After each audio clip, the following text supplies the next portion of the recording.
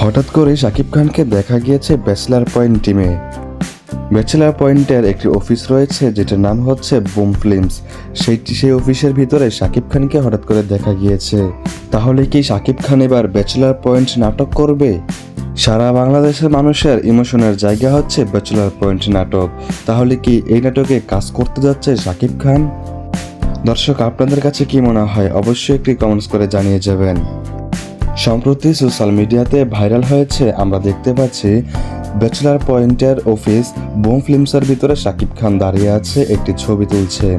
এবং আরও একটি ছবিতে দেখা গিয়েছে ব্যাচেলার পয়েন্টের অভিনেতা মালু দেওয়ানের সাথে শাকিব খান একটি ছবি তুলেছে এবং মালু দেওয়ান সেটি ফেসবুক পেজে পোস্ট করেছে, ব্যাচেলার পয়েন্টে ওয়েলকাম।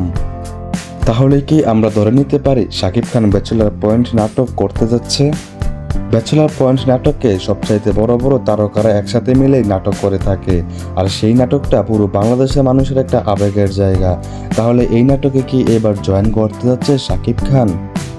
যদি এই নাটকে শাকিব খান জয়েন করে তাহলে কেমন হবে, কতটুকু জমবে, অবশ্যই একটি কমেন্টস করে জানাবেন।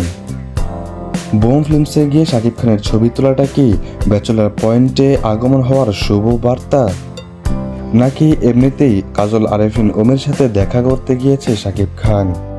আসলে কোনটা সত্য সেটা এখনো পুরোপুরিভাবে জানা যায়নি। তবে এটা সত্য যে শাকিব খান বুম ফিল্মসে গিয়েছে, কাজল আরেফিন ওমের অফিসে গিয়েছে এবং মালু দেওয়ানের সাথে ছবিও তুলেছে।